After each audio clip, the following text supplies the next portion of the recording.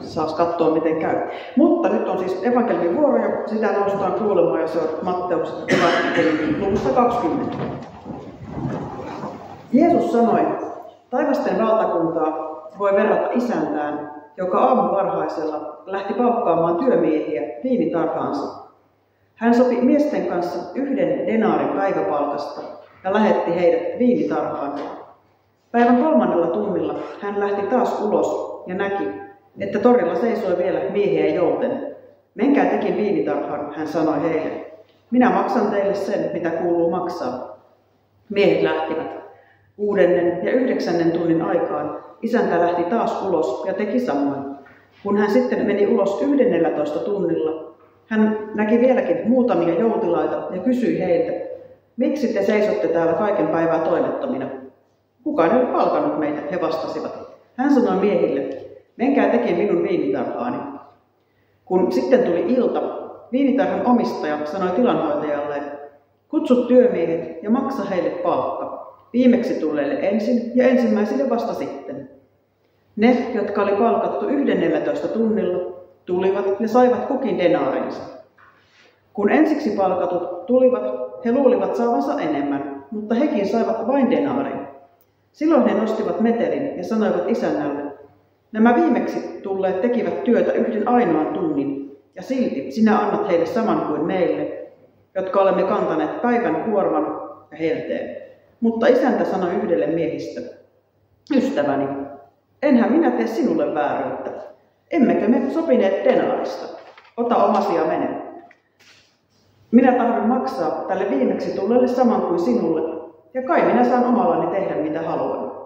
Katsotko sinä karsaasti sitä, että minä olen hyvä? Näin viimeiset tulevat ensimmäiseksi ja ensimmäiset viimeiseksi.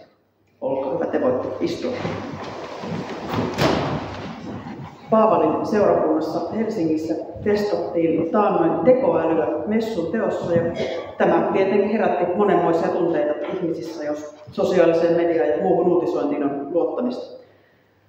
Luulakseni messu toteutettiin osaksi screenin kautta ja osaksi siellä oli sitten myös ihan pappi ja kanttori ihan livenä oikeasti paikalla. Joskus jo paljon aikaisemmin koitin ChatGPT:tä ja tällöin tuon ohjelman suomen kieli oli aika kankeaa ja ajatus oli aika sillä tavalla yksinkertaista tai asiat oli vain jotenkin laitettu listalle. Tulos oli monella tavalla keskentekoinen, mutta nyt tällä kertaa vuoroon pääsi Microsoftin Copilot. Pyysin ohjelmaa valmistamaan luterilaisen saarnan tuosta äsken lukemastani Jeesuksen vertauksesta.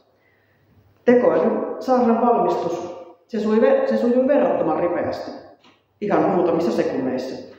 Ja tuntui, että paria versiota myöhemmin, kun kysyin tai pyysin asioita vähän uudestaan, niin se versio tai teksti jollain tavalla syveni ja kehittyi myöskin. Kuunnelkaapa nyt, mitä tuli. Rakkaat seurakuntalaiset, Jeesus sanoo, taivasten valtakuntaa voi verrata isäntään, joka aamuvarhaisella lähti palkkaamaan työmiehiä viinitarhaansa. Tämä vertaus kertoo meille syvällisen totuuden Jumalan valtakunnasta ja armosta.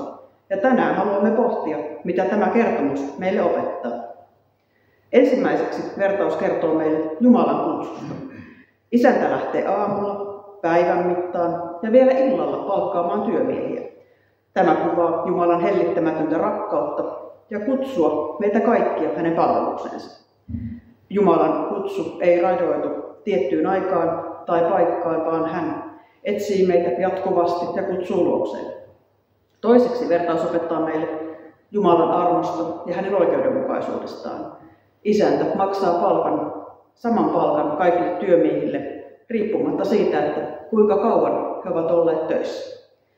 Tämä voi tuntua epäoikeudenmukaiselta, mutta se paljastaa Jumalan armon suuruuden.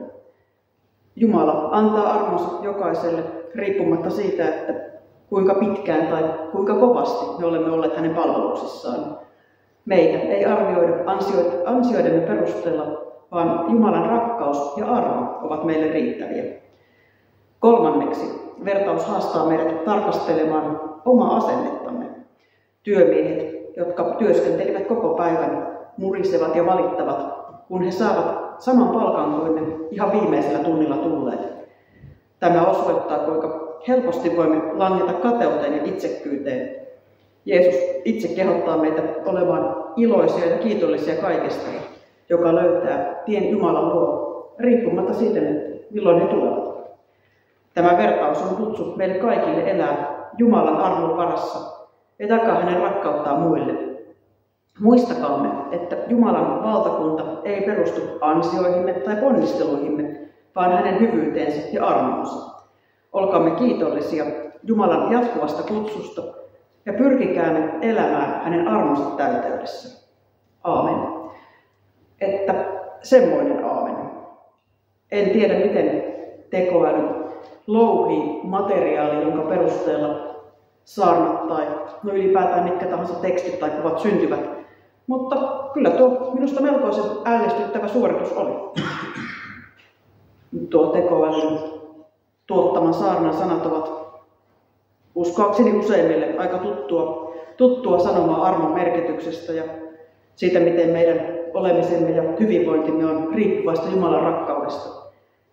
Ei mistään siitä, mitä meillä itsellämme on tai kuinka kovasti me sitä sitten pyristäisimme. Tämä tuli tuossa tekstissä aika selkeästi esiin. Ja se toi samalla tietysti kuulijan korviin muistutuksen siitä, että ihmisellä on ihan alituisen kasvun paikkoja suhteessa itseensä, toiseen ihmiseen ja Jumalaan myöskin.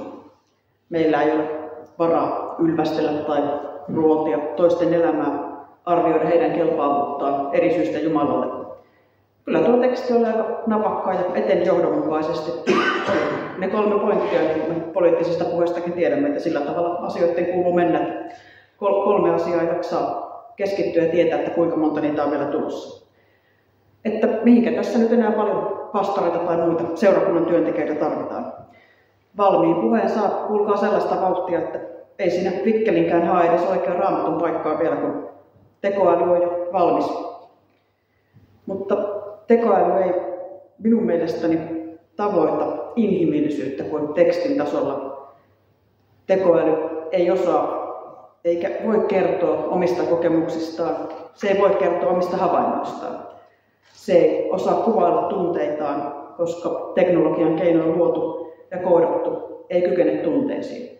No ei ainakaan kykene niihin vielä. Aika näyttää, mitä on, mutta tässä vaiheessa ollaan vielä siinä, että tekoäly osaa tietää ja pystyy siihen, mitä sen koodissa on. Tunteet eivät myöskään vaikuta tekoälyn toimintaan millään tavalla. Ajattelen, että on ihan hyvä ja paikallaan, että me saamme opetusta ja me saamme sanoja, mutta ajattelen, että aivan erityisesti me tarvitsemme inhimillisinä olentoina. Me tarvitsemme toisia ihmisiä. Me tarvitsemme yhteyttä toinen toisiimme, kun lauletaan virsiä, kun rukoillaan yhdessä, kun kohta polvistutaan yhdessä ehtoollispöytään. Tekoäly ei julista synninpäästöä, koska ei se ehkä ymmärrä syntiä sellaisessa muodossa, kun me ajattelemme, että me omatuntoa saattaa joskus kaikerta, me aavistelemme, että jokin on mennyt väärin.